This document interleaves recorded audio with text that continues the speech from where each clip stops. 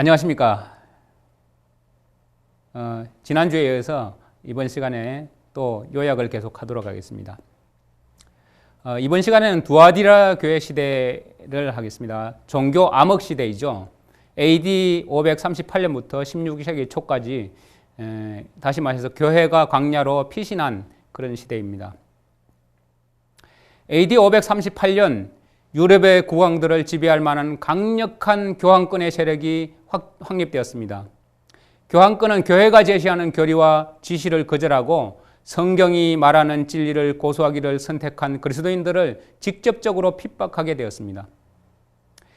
교회사 중에서 이 시기에 성경의 진리가 가장 많이 왜곡되고 변질되었습니다. 두아디라 교회는 16세기 초 종교개혁 운동이 시작되기 전까지의 교회를 말하는데, 중세기의 종교 암흑 시대 동안 하나님의 참 백성들은 산과 계곡으로 피신하여 진리를 고수했던 시대입니다. 두아디라의 이름의 의미는 통탄스러운 희생이라는 뜻입니다. 이것은 이 시대를 대표하기에 적절한 의미입니다. 교회 안으로 밀려 들어온 베드로에 의해서 믿음의 단순성이 외적인 행함과 고행으로 대치되고 희생되었습니다. 교회는 그리스도께서 주신 단순한 복음을 떠나서 복잡한 종교의식과 인간 중보자와 인간 제사장 제도를 만들었습니다. 교회는 마음의 중심으로부터 우러나오는 회개의 신앙을 저버리고 죽은 행위와 의식을 신앙의 기초로 만들어 나갔습니다. 이 시대에는 많은 잘못된 바빌론 종교들을 가지고 들어와서 기독교로 대체했습니다. 두아디라 교회 시대에 주신 칭찬의 말씀이 있습니다. 두아디라 교회에 보내는 소식을 말씀하신 분은 그 눈이 불꽃 같고 그 발이 빛난 주석 같은 하나님의 아들로 묘사되었습니다. 요한계시록 전체에서 그리스도를 하나님의 아들로 부른 곳이 여기뿐입니다. 종교 암흑 시대 동안에 교회 지도자들은 하나님의 아들인 그리스도의 모든 인류를 위한 중보자의 위치를 가로채버렸습니다. 마리아라는 인간 중보자가 등장함으로써 사람들은 그리스도께 직접 나가는 대신에 마리아라는 여인을 바라보도록 가르침을 받기 시작했습니다. 이 당시에는 온갖 성상 숭배와 성인 숭배의 사상이 나타나기 시작했던 것입니다. 두아디라 교회는 약 1000년에 이르는 가장 긴 기간의 교회 역사를 차지하고 있습니다. 역사가들은 그 기간을 종교 암흑 시대라고 부릅니다. 그리스도께서는 교황권의 핍박을 피하고 진리를 고수하기 위하여 광야로 피한 그리스도인들을 칭찬하시면서 특히 그들의 나중 행위가 처음보다 많음을 칭찬하셨습니다. 두아디라 교회 시대가 끝나갈 무렵에 위대한 개혁자들, 즉 루터라든가 틴데일, 락스, 칼빈, 저빙글레 등과 같은 성직자들이 유럽 곳곳에서 일어났습니다. 그들이 종교개혁을 이끌어 나가기 시작했습니다. 종교개혁 운동을 기점으로 두아디라 교회 시대는 끝이 나게 된 것입니다. 두아디라 교회 시대에 주신 책망의 말씀이 있습니다. 7교회 중에서 가장 강력한 책망의 말씀이 이 교회에게 보내졌습니다. 자칭 선지자라 하는 여자 이세벨을 네가 용납함이니 그가 내 종들을 가르쳐 깨어 행음하게 하고 우상의 재물을 먹게 하는도다. 세속화되고 변질된 교회를 표상하기에 이세벨은 매우 적절합니다. 이스라엘 왕인 아합은 페니키아 여제사장 이세벨과 결혼함으로써 바알신이 이스라엘로 들어오는 문을 열어놓았습니다. 이세벨은 결국 국권을 사용해서 이스라엘 전체가 우상 숭배를 하도록 유도하였던 것입니다.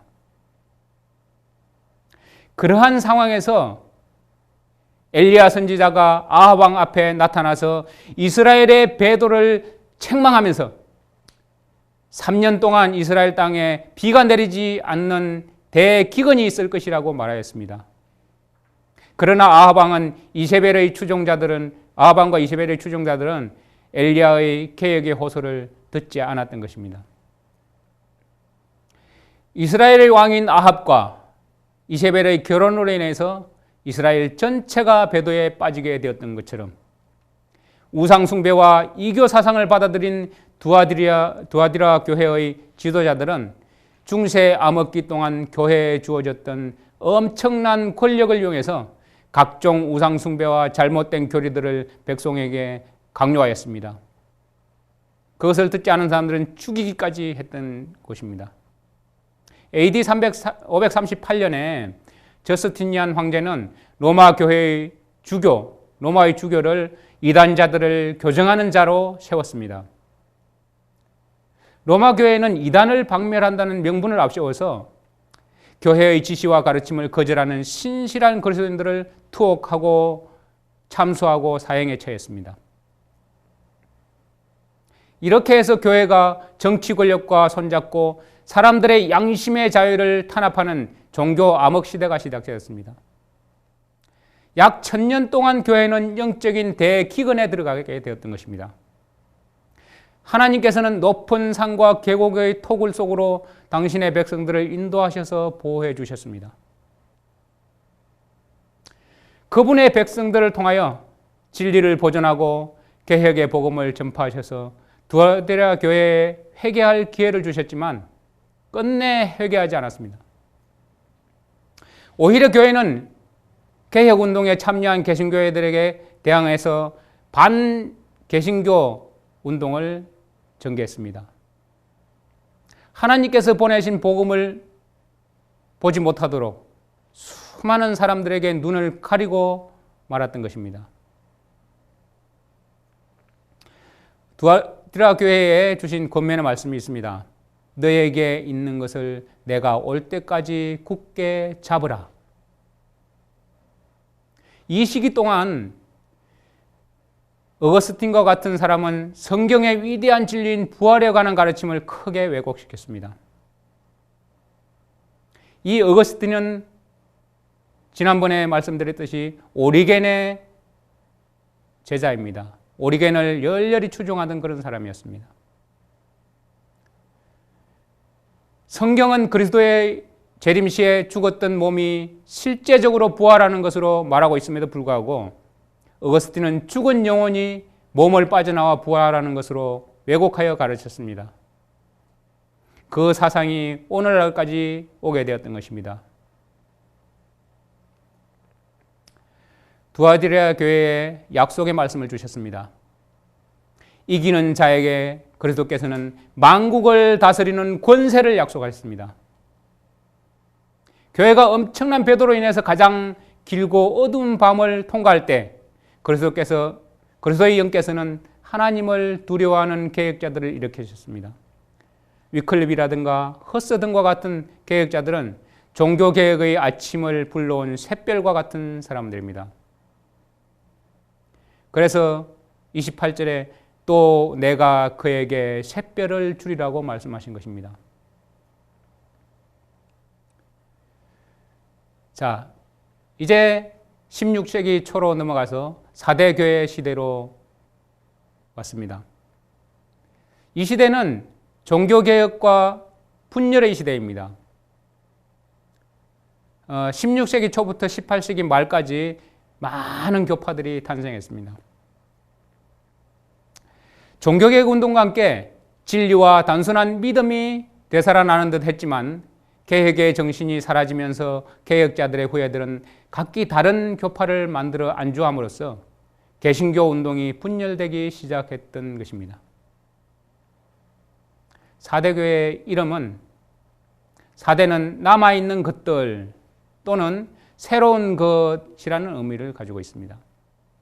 사실상 1000년이라는 길고 긴 배도의 박해의 시간을 통과하면서 기독교회는 참된 신앙을 거의 모두 잃어버렸습니다. 그러나 하나님께서 정하신 시간이 되자 광야에 피신해 있던 소수의 남은 무리, 하나님의 찬 백성을 그들을 통해서 개혁자들을 일으키고 개혁자들은 개신교회의 아침을 열었던 것입니다. 이 시대의 역사하는 그리스도의 모습이 7영과 7별을 가진 이로 표현된 것은 그리스도께서 성령과 당신의 개혁자들을 통해서 무너졌던 진리를 회복할 것을 말하기 위함입니다. 사대교회의 칭찬의 말씀 그리고 책망의 말씀을 주셨습니다. 사대교회에 대한 칭찬의 말씀을 거의 찾아볼 수 없습니다. 사대교회는 과거의 개혁자들이 이루는 영광에만 의존하여 존속하였습니다. 이 시대는 종교개혁자들을 통해서 많은 진리들이 되살아나긴 했지만 몇몇 살아있는 것들도 거의 죽어가고 있었습니다. 외적으로는 아직 살아있는 것처럼 보이지만 내적으로는 죽어가고 있었습니다. 개혁 이후 여러 개신교회들이 기독교회의 신앙을 회복하는 듯이 보였지만 내적으로는 생명력을 잃어가고 있었습니다. 종교개혁의 선구자들 덕분에 살았다는 이름은 가졌지만 거의 죽게 된 상태에 이르는 것입니다. 한때 그들이 개혁자들에게 듣고 받았던 신앙이 잊혀져 가고 있었습니다. 내가 어떻게 받았으며 어떻게 들었는지 생각하고 지켜 회개하라. 내가 어떻게 받았으며 어떻게 들었는지를 생각하고 지켜 회개하라고 말씀하십니다. 그러나 사대교회 안에도 몇몇 소수의 그리스도인들은 부패되지 않은 신앙과 의의 흰옷을 입고 있었습니다.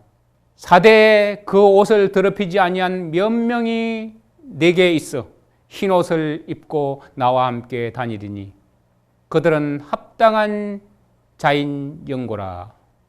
그리스도께서 흰옷을 입고 나와 함께 다닐 것이라고 말씀하셨습니다. 그들은 합당한 영고라고 말씀하신 것이죠. 대부분의 개신교회들이 내리막길을 달릴 때에도 모라비안 교도들, 즉 개혁자 존 허서의 후예들, 그리고 케이크 교도, 영국의 조지 폭스의 후예들, 또 청교도들 같은 개혁 정신을 유지해 나간 사람들이 있었습니다. 그들 때문에 사대교회에게 이런 말씀이 주어지신 것입니다. 사대교회는 진리의 빛과 약속을 가지고 시작하였지만은 곧 신학과 교리 분쟁에 골몰함으로써 형식주의에 빠지게 되었습니다. 그래서 개혁 사업은 중단되고 말았던 것입니다. 하나님께서는 인간의 믿음을 통하여 마음과 성품을 변화시킨다는 성경의 대진리가 신학적 분쟁과 논쟁에 의해서 깊이 파묻히고 말았던 것입니다. 종교개혁자의 후예들은 자신들이 천주교와의 투쟁에서 승리하였다고 생각하였습니다. 그래서 자만했던 것입니다. 그리함으로 그들은 조직과 교단을 만들어서 안주하기 시작했습니다. 루트와 존 낙스 같은 개혁자들에 의해서 시작된 위대한 개혁 사업이 이제는 사람들의 돈에 의해서 운영되는 공공단체가 되어버리고 말았던 것입니다. 하나님의 말씀을 가졌다는 자만심이 영혼을 병들게 하였습니다. 그러나 하나님께서는 사대교회 안에 있는 그리스도인들을 저버리지 않으셨습니다. 하나님께서는 늘 그러셨듯이 각 시대마다 그들의 자녀들을 보존해 오시고 진리로서 설 수 있도록 힘을 주셨던 것입니다. 하나님께서는 영국에서 청교도들을 일으키셔서 신대륙인 미국에서 완전한 종교의 자유를 가지고 기독교의 신앙을 새롭게 시작할 수 있는 기회를 열어주셨습니다. 이렇게 해서 사대교회는 새로운 신대륙에서 그들의 신앙을 만천에 전하는 기회를 받은 것입니다. 다음은 빌라델비아 교회 시대입니다. 이 시대는 18세기 말부터 19세기 중葉까지입니다. 이 시대의 세계를 향해서 나간 선교의 시대입니다. 빌라델비아라는 이름은 형제 사랑이라는 의미를 가지고 있습니다. 빌라델비아에 주신 칭찬의 말씀이 있습니다. 빌라델비아 교회는 책망의 말씀이 전혀 없습니다. 빌라델비아 교회의 이름이 의미하는 바처럼 이 교회는 정열과 아름다움으로 채워진 교회였습니다. 내 말을 지키며 내 이름을 배반치 아니하였도다. 4대 교회에게는 전혀 없던 칭찬의 말씀이 빌라델비아 교회에게 기록되어 있습니다. 빌라델비아 교회는 하나님의 말씀으로 영혼을 채우고 나가서 선교에 전념했던 교회였습니다. 빌라델비아에 주신 권면의 말씀이 있습니다. 기독교의 역사상 가장 전도 설교가 성한 그런 시대였습니다. 요한 웨슬리, 조지 히필드, 조나단 에드워드 등과 같은 수많은 전도자들이 나와서 복음을 전파했습니다. 특히 웨슬리는 세계가 나의 전도 구역이라고 말함으로써 열렬한 선교 정신을 표현했는데, 그는 칼빈이 주장한 구원받은 자는 이미 예정되었다는 예정론을 하나님의 말씀을 가지고 반대함으로써 기독교의 신앙을 올바른 길로 회복시켜 놓았습니다. 그들이 이러한 전도 활동은 18세기 끝을 밝혀주었습니다. 그리스도께서는 이 기간의 교회를 위하여 세계를 향한 선교의 문이 열릴 것이라는 말씀을 남겨두셨습니다. 내가 내 앞에 열린 문을 두었으되 닫을 사람이 없으리니. 유럽의 산업혁명 이후로 교통수단이 발달했으며 공산주의가 미처 뿌리 내리기 전에 이 시기에는 온 세상의 문이 복음을 위해서 열려져 있을 때입니다. 하나님의 섭리를 통하여 이 기간 동안 거의 모든 지역의 선교사가 파송될 수 있었습니다. 윌리엄 캐리가 1793년에 인도로 갔고, 로버트 모리슨이 1807년에 중국으로 갔습니다. 리빙스턴의 뒤를 이어서 로버트 모펫은 1817년에 아프리카로 떠났습니다. 각 대륙에서 성서공회가 조직되기 시작했고 주일학교 운동이 전개되기 시작한 때도 이 무렵입니다. 세계 선교를 위해서 교파와 국경을 초월해서 형제의 사랑을 나타낸 때가 바로 이때입니다. 1780년 5월 19일 암흑일은 세계를 놀라게 만들었습니다. 1833년은 수많은 별들이 떨어짐으로써 다시 한번 세계를 떠들썩하게 만드는 후에 세계는 그리스도의 재림과 말세에 대한 관심이 크게 고조되었습니다. 또한 성경이 말하는 예언에 대해서도 큰 관심을 갖게 되었는데, 이것은 기독교의 복음이 전파되는 일을 크게 도와주게 되었던 것입니다. 이렇게 복음이 전파되자 많은 사람들이 그리스도께로 나왔습니다. 이 시기에는 정말 많은 사람들이 회개하고 술주정권이 술을 버리고 스포츠광이 스포츠를 버리는 시대였습니다. 여러분은 빌라델비아와 같이 칭찬의 말씀이 있고 책망의 말씀이 전혀 없는 그런 그리스도인이 되길 원하십니까? 여러분의 모든 열정과 모든 신앙을 다 동원해서 여러분은 세계에 나가서 전파하기를 원하십니까? 많은 영혼들의 죽어가는 것을 가슴 아파하면서 눈물로써 증거를 하시길 원하십니까? 주님께서 내가 내 앞에 열린 문을 두었으되 닫을 사람이 없나니 라고 했습니다. 여러분 앞에도 주님께서 열린 문을 두었습니다. 많은 사람에게 복음을 전파하고자 하는 여러분의 열정에 이 말씀이 함께 하시기를 바랍니다. 여러분이 많은 사람에게 전파하고자 하는 그 열정, 강한 열정이 주님의 사랑과 함께 많은 사람들에게 알려지고 주님의 품성이 알려지기를 간절히 바라면서 다음 이 시간에 다시 뵙겠습니다. 감사합니다.